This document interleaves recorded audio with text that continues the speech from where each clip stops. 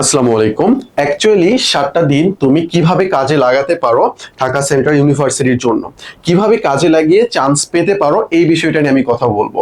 তো জাস্ট 7 দিন পরেই ঢাকা সেন্ট্রাল ইউনিভার্সিটিতে চান্স পেয়ে যাবে ব্যাপারটা কিন্তু এরকম না। তোমাকে অবশ্যই আগে থেকে এই বিষয়গুলো পড়ে আসতে হবে। 7 দিনে কখনোই একটা সাবজেক্টের একটা টপিকসও কমপ্লিট করা পসিবল না। তো আগে থেকে যারা ভালোভাবে পড়াশোনা করে এসেছো বা মোটামুটি পড়েছো, তোমরা এখন কি করবা, কোন কাজটা করা উচিত এটা তোমাদেরকে বলি। চলো, প্রথমত দেখো, কোশ্চেন কিন্তু স্ট্যান্ডার্ড হবে। গতবার যে কোশ্চেনটা করা হয়েছিল ঢাকা সেন্ট্রাল ইউনিভার্সিটিতে, এটা কিন্তু অনেকটাই স্ট্যান্ডার্ড কোশ্চেন ছিল, স্ট্যান্ডার্ড কোশ্চেন ছিল। ওকে, দেখো কোশ্চেন স্ট্যান্ডার্ডের কনসেপ্টে আমরা যদি যাই, তাহলে আমরা এখানে বলতে পারি যে ঢাকা সেন্ট্রাল ইউনিভার্সিটি যে কোশ্চেনটা এগুলো বাকি অন্যান্য ইউনিভার্সিটির চেয়ে একটু সহজ, মানে প্যাটার্ন প্রায় কাছাকাছি। তো তুমি যে টপিকস গুলো পড়ে আসতেছো এতদিন ধরে, এইটাই যদি তুমি রিভিশন দিতে পারো এই 7 দিনে, তাহলেই তোমার জন্য অনেক সহজ হয়ে যাবে চান্স পাওয়া। তো দেখো, প্রথমত তোমাদের যে কাজটা করতে হবে, এটা হইলো বিগত বছরের যে প্রশ্নগুলো আছে, বিগত প্রশ্ন দেখো। আমি তোমাকে বিগত প্রশ্ন পড়তে বলতেছি না যে কমন পাওয়ার জন্য, আমি বিগত প্রশ্ন পড়তে বলতেছি এই জন্য যাতে তুমি সহজে প্যাটার্নটা ধরে উঠতে পারো। দেখো, তুমি জাস্ট যদি টপিকস পড়ে যাও না, তুমি জাস্ট যদি টপিকস পড়ে যাও, এমসিকিউ দেখার পর তোমার একটু মাথা ঘোরাবে, আরে কোনটা অপশন, কোনটা সঠিক উত্তর, কোনটা কি হবে, এটা বুঝে উঠতে তোমার অনেক বেশি প্রবলেম হয়ে যাবে। তো এই 7 দিন তোমার যে কাজটা হবে, এটা জাস্ট সলভ করে যাওয়া, জাস্ট কি করে যাওয়া, সলভ করে যাওয়া। মোটামুটি তোমার হাতে আরো কয়েকদিন সময় রয়েছে, বাট তুমি কিভাবে কাজে লাগাতে পারো এটা আমি তোমাকে বলি। ধরো তুমি বাংলাদেশ অ্যাফেয়ার্স পড়তেছো। তো এই যে বাংলাদেশ অ্যাফেয়ার্স যে টপিকস রয়েছে, ধরো এখানে তুমি ইতিহাস পর্বটা পড়বা। ইতিহাস মানে প্রাচীন থেকে শুরু করে একবারে 1971 পর্যন্ত। এখন তোমার কাজ হবে এইগুলোর যে বিগত বছরের কোশ্চেন রয়েছে, তোমার কাছে যে গাইড বইটা রয়েছে, বিগত বছরের যে কোশ্চেন গুলো রয়েছে, এই কোশ্চেন গুলো তুমি একটানা পড়তে যাবা। পড়তে যেয়ে তোমার কোন কোশ্চেনে প্রবলেম হচ্ছে, এগুলো লাল মার্ক করে রাখবা।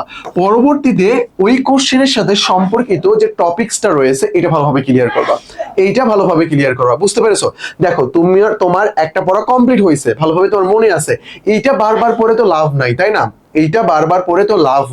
তোমাকে কি করতে হবে, ওই টপিকস এর উপর যে এমসিকিউ গুলো রয়েছে, এমসিকিউ পড়বা, এবং যেগুলো প্রবলেম সেগুলো গোল দাগ দিবা। ওইগুলো আবার ভালোভাবে সলভ করে নিবা। ভালোভাবে সলভ করার পর এক নজরে পুরোটাই দেখে যাবা, জাস্ট এক নজরে উল্টাবো, ও আচ্ছা এখানে এই টপিকস আছে, এখানে এই টপিকস আছে, এতটুকু করে উল্টাই যাবা। ঠিক সেম ভাবে তোমার ইংলিশের কাজটা কি হবে, ইংলিশ ধরো তুমি পার্টস অফ স্পিচ পড়তেছো, পার্টস অফ স্পিচের যত এমসিকিউ রয়েছে বিগত বছরে, সবগুলো সলভ করার ট্রাই করবা।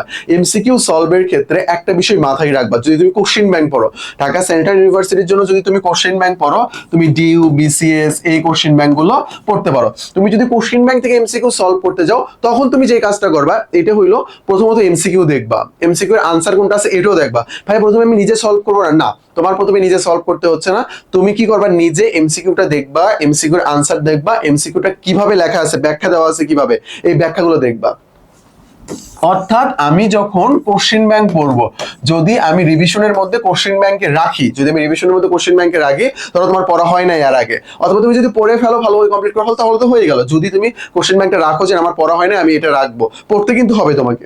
তাহলে তোমার কাজ কি হবে, কাজ হইলো আনসার ব্যাখ্যা দেখে পড়ে যাওয়া। প্রথমেই তোমাকে ট্রাই করতে হবে না, তুমি দেখে একবার পড়ে যাও।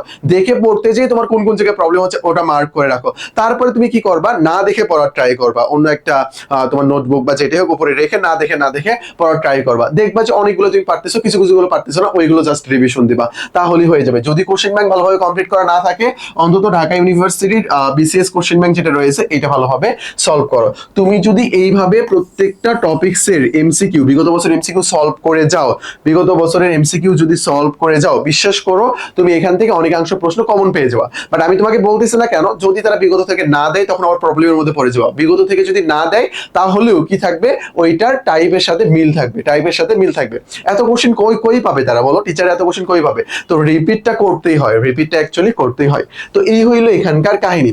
এখন তুমি সময়টা নির্ধারণ করে নেবা। ভাই, এই যে কয়েকটা দিন সময় রয়েছে, বিশেষ করে সেকেন্ড টাইমার, যাদের একেবারে শেষ সুযোগ ঢাকা সেন্ট্রাল ইউনিভার্সিটি, তাদের রিকোয়েস্ট করব, মোবাইল থেকে একেবারে দূরে থাকো, ফোন থেকে একেবারে দূরে থাকো। যে কয়েকটা দিন সময় রয়েছে, ভালোভাবে পড়াশোনা করো, বুঝতে পেরেছো? আর তোমাদেরকে একটা বিষয় জানিয়ে রাখি, আমাদের ইউটিউব চ্যানেল থেকে কিন্তু তোমাদেরকে রিসেন্ট পিডিএফ এবং রিসেন্ট ক্লাস কিন্তু দেওয়া হবে। তো ওখানকার রিসেন্ট ক্লাস তুমি যদি ভালোভাবে করো তাহলে ইনশাল্লাহ তোমার রিসেন্টটা কাভার হয়ে যাবে ইনশাল্লাহ, আমরা সর্বোচ্চ আশাবাদী। কারণ রিসেন্ট নিয়ে আসলে এবার অনেক বেশি প্রবলেম। কারণ দেখো, পরীক্ষা যদি একেবারে জানুয়ারি ফেব্রুয়ারি মার্চের দিকে হয় তাহলে কোনো কাহিনী ছিল না। এখন ভাই 2025 সালের রিসেন্ট প্লাস 26 সালের প্রায় 6 মাস রিসেন্ট, তো কোনটা থেকে কি ধরনের কোশ্চেন আসবে এটা বুঝে ওঠা আসলে অনেক বড় কঠিন হয়ে যায়, তো এটা একটু প্রবলেম রয়েছে। তাহলে এখানে যে বিষয়গুলো রয়েছে এগুলো আমরা ভালোভাবে পড়ার ট্রাই করবো। তাহলে 7টা দিন আমি টপিকগুলো ভাগ করে নেব, বা আমি বাংলা ইংলিশ জিকে এই অনুযায়ী ভাগ করে নেব, নিয়ে এগুলো যত বিগত কোশ্চেন আছে সব ভালোভাবে পড়বো। হুবহু বিগত কোশ্চেন কমন পাওয়ার পসিবিলিটি অনেক পরিমাণ বেশি রয়েছে। কমন না পেলেও এটার সাথে যে টাইপ মিল রয়েছে এখান থেকে প্রশ্ন কমন পেয়ে যাবা ইনশাল্লাহ। তো এইভাবে তুমি একটু পড়াশোনা করো, এখন একটু জাস্ট এমসিকিউ সলভ করো, টপিকস ভাই অনেকদিন ধরে পড়ছো, অনেক কয়েকটা মাস ধরে টপিকস পড়তে পড়তে তুমি প্রায় ক্লান্ত হয়ে গেছো। এখন জাস্ট এমসিকিউ পড়ো, পড়ে যাও। যেটা প্রবলেম হবে সেটা অবশ্যই বেসিক সহকারে জানার ট্রাই করবা।